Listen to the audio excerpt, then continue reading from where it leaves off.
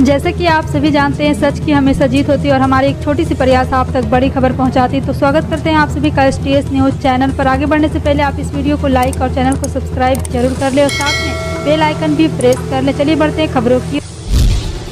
बता दें, देश की सबसे पुरानी पार्टी कांग्रेस को 2024 के आगामी लोकसभा चुनाव में भारतीय जनता पार्टी को बहुमत से दूर रखने के लिए उत्तर प्रदेश, पंजाब, दिल्ली, बिहार और महाराष्ट्र जैसे महत्वपूर्ण राज्यों में बड़ा दिल दिखाते हुए छोटे दलों के साथ विपक्षी बैठकें आयोजित करने में कामयाब रही। एक बिहार में और दूसरी कर्नाटका में इन बैठकों का मुख्य आकर्षण संयुक्त प्रगतिशील गठबंधन का नाम बदलकर भारतीय राष्ट्रीय विकासमत समावेशी गठबंधन या इंडिया करना था।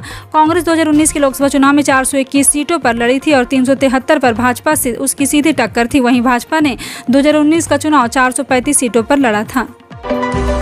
तेलंगाना के मुख्यमंत्री के चंद्रशेखर राव ने दिव्यांगजनों को वित्तीय सुरक्षा के रूप में प्रदान जाने वाली पेंशन राशि में 1000 रुपये बढ़ोतरी की घोषणा की है। श्री के चंद्रशेखर राव ने पेंशन राशि में बढ़ोतरी संबंधित फाइल को मंजूरी प्रदान की है। और आपको बता दें कि विकलांगजनों के पेंशन में 1000 रुपये की बढ़ोतरी की घोषणा की गई। इस संबंध में तेलंगाना सरकार ने शनिवार को आदेश जारी किया। अभी हर महीने 3016 रुपये पेंशन दिव्यांगों को मिल रहा है। इसमें बढ़ोतरी के साथ अब 4016 रुपये पेंशन दी जाएगी।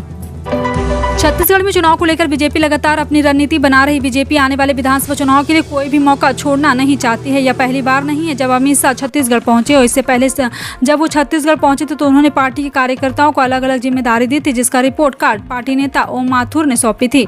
रिपोर्ट के बाद क्या निष्कर्ष निकला, इसको लेकर अमित शाह ने नेताओं के साथ बैठक कर चर्चा की। सरकारी कर्मचारियों के लिए एक बड़ी खुशखबरी है। जब जिन अधिकारों को ऑफिस के कामकाज के लिए मोबाइल, लैपटॉप जैसे इलेक्ट्रॉनिक डिवाइस इश्यू किए जाएंगे, उसका इस्तेमाल वो अपने पर्सनल यूज के लिए भी कर सकेंगे। इन डिवाइसेस की टोटल लिमिट 1.3 लाख रुपये हो सकती है। इतना ही नहीं, एक निश्चित समय के बाद अधिकारी इन डिवाइस को अपने पास रख भी सकेंगे, यानी वो लैपटॉप या मोबाइल लौटाने की जरूरत नहीं होगी। यूनिफॉर्म सिविल कोड पर चर्चा के बीच पसमानदा मुसलमानों में एक संवाद कार्यक्रम का आयोजन किया। कार्यक्रम में मुस्लिम समुदाय की कई जातियां पहुंची। बैठक में राष्ट्रीय अल्पसंख्यक आयोग के अध्यक्ष और पूर्व उपाध्यक्ष शामिल हुए।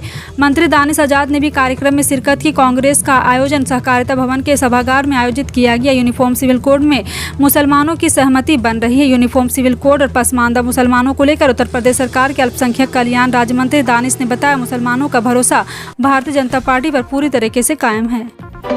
मणिपुर में जातीय हिंसा को लेकर संसद के मानसून सत्र में गतिरोध बरकरार रहने के बीच केंद्रीय मंत्री अनुराग ठाकुर ने रविवार को विपक्षी दलों के साथ जोड़कर अपील की है कि वह इस मुद्दे पर बहस में शामिल हो।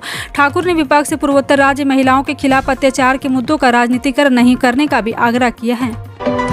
भारतीय अंतरिक्ष अनुसंधान संगठन ने तमिलनाडु के महेंद्रगिरी में इसरो परनोदन परिसर में अंतरिक्ष स्टार्टअप स्काई रूट के रॉकेट इंजन का सफल परीक्षण किया है। इसरो ने शनिवार को कहा है कि रमन 2 इंजन का शुक्रवार को परीक्षण किया गया। इस दौरान इंजन को स्काई रूट ने 820 न्यूटन और 1460 न्यूटन थ्रस्ट उत्पन्न करने के लिए 8.5 बार के नॉमिनल चैम्बर प्रेशर के साथ डिजाइन किया है।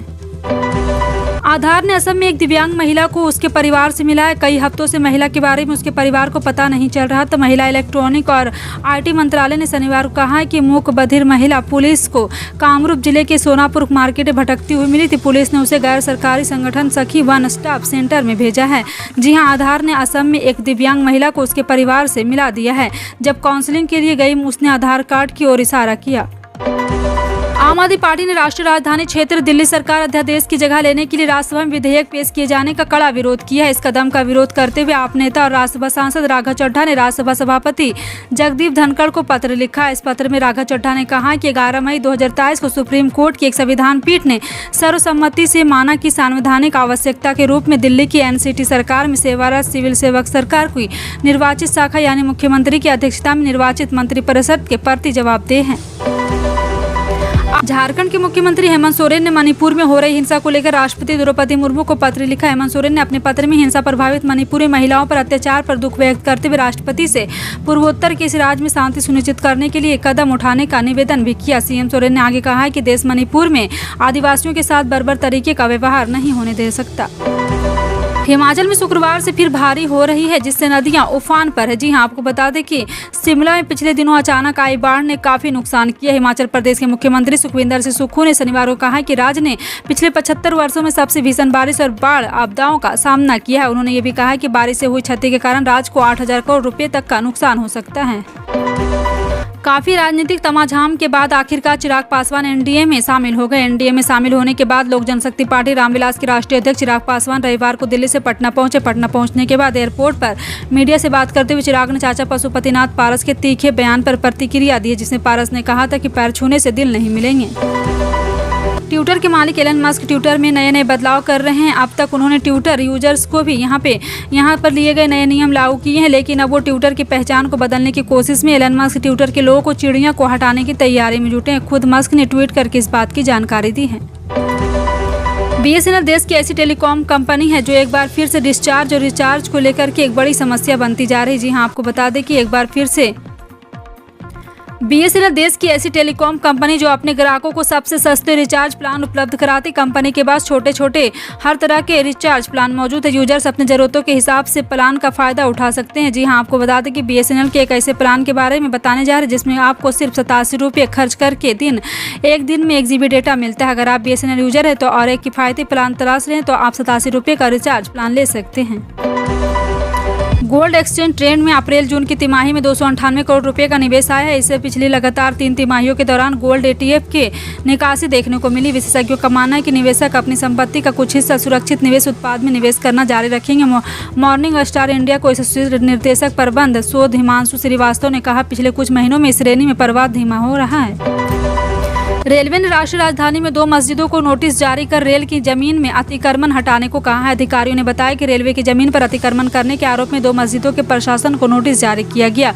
सोशल मीडिया पर खबर वायरल होने के बाद रेलवे ने एक अधिकारी कहा है कि जिन 2 संरचनाओं के खिलाफ उत्तर रेलवे की कार्रवाई शुरू की है वो बंगाली मार्केट में और प्रगति मैदान मेट्रो स्टेशन के पास की मस्जिद है। दोनों रेलवे की जमीन पर बनी है।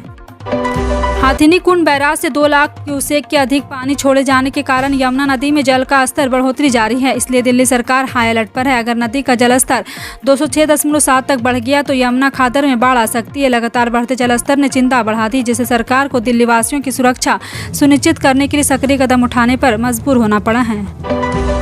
राजस्थान के मुख्यमंत्री अशोक गहलोत ने शनिवार को अपने कैबिनेट मंत्री राजेंद्र सिंह हुड्डा को बर्खास्त करने को पार्टी का आंतरिक मामला बताया है। सीएम अशोक गहलोत ने प्रेस कॉन्फ्रेंस से राजेंद्र सिंह हुड्डा को बर्खास्त करने के सवाल पर कहा कि हमारी पार्टी का आंतरिक मामला है। राजेंद्र सिंह हुड्डा को शुक्रवार रात को गहलोत ने बर्खास्त कर दिया। राजेंद्र सिंह हुड्डा ने अपनी सरकार से मणिपुरी महिलाओं को कैमरे के सामने नग्न घुमाने की चौंकाने वाली घटना पर बात करने के बजाय अपने गिरेबान में झांकने की सलाह दी थी। पढ़ाई के लिए अपने गांव से यहां दूसरे गांव जाने वाले 6वीं एवं 9वीं के विद्यार्थी राशि उनके खाते में जा रही है। जी हां, आपको बता दें कि 45 रुपये की राशि उनके खाते में डाली जाएगी। मुख्यमंत्री शिवराज सिंह चौहान ने रविवार को यह घोषणा विकास पर्व के तहत जिले के ग्राम चकल्दी में आयोजित कार्यक्रम में की। उन्होंने कहा, बेटा बेटी प्रतियोगी परीक्षाओं के बेहतर तरीके से तैयारी कर सके, इसके लिए माना कोचिंग और क्लास निरंतर संचालित की जा रही है। पिछले साल एकनाथ शिंदे ने शिवसेना से बगावत के बाद बीजेपी से हाथ मिला लिए थे। इसके बाद एकनाथ शिंदे को बीजेपी ने सीधे मुख्यमंत्री पद से नवाजा, जबकि मुख्यमंत्री रह चुके देवेंद्र फडणवीस को उप मुख्यमंत्री बनाया गया। बीजेपी का यह कदम उस समय सियासी चर्चा का विषय बना था। एकनाथ शिंदे के मुख्यमंत्री और फडणवीस को उप मुख्यमंत्री बनाकर बीजेपी ने एक तीर से 2 निशाने साधे थे। उस वक्त चर्चा थी कि पार्टी ने फडणवीस के पर कतर दिए और एकनाथ शिंदे के फडणवीस का विकल्प बनाया जा रहा।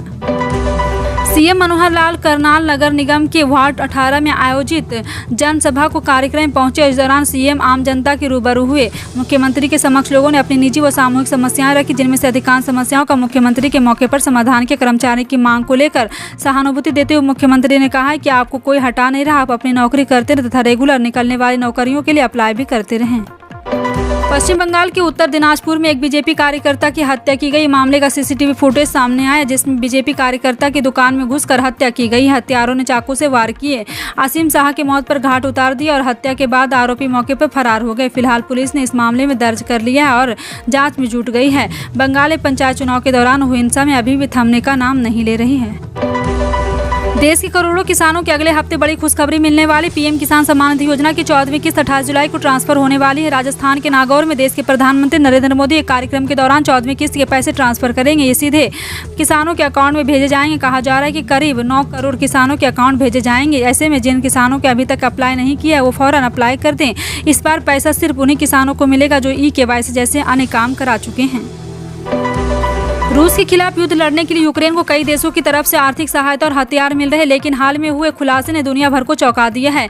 CNN ने एक रिपोर्ट में खुलासा किया है कि युद्ध की शुरुआत में अमेरिका की तरफ से भेजे गए कई हथियार अपराधी और तस्करों ने चुरा लिए, जिसे ब्लैक मार्केट में भेजा जा रहा है। अमेरिका में रक्षा मंत्रालय पेंटागन के महानिरीक्षक ने अपनी अंडर जांच में कहा है कि फरवरी से सितंबर 2022 के बीच भेजे गए कुछ हथियार यूक्रेनी सेना तक नहीं पहुंचे। हथियारों के गायब होने की खबर सामने आने के बाद अमेरिकी रक्षा मंत्रालय में हड़कंप मच गया। फिलहाल आपका इन सभी खबरों पर क्या कहना है, कमेंट सेक्शन में टाइप करके जरूर बताएं। इसी तरह की पल पल की अपडेट जानने के लिए जुड़े रहें आप अपने NTS न्यूज़ चैनल से।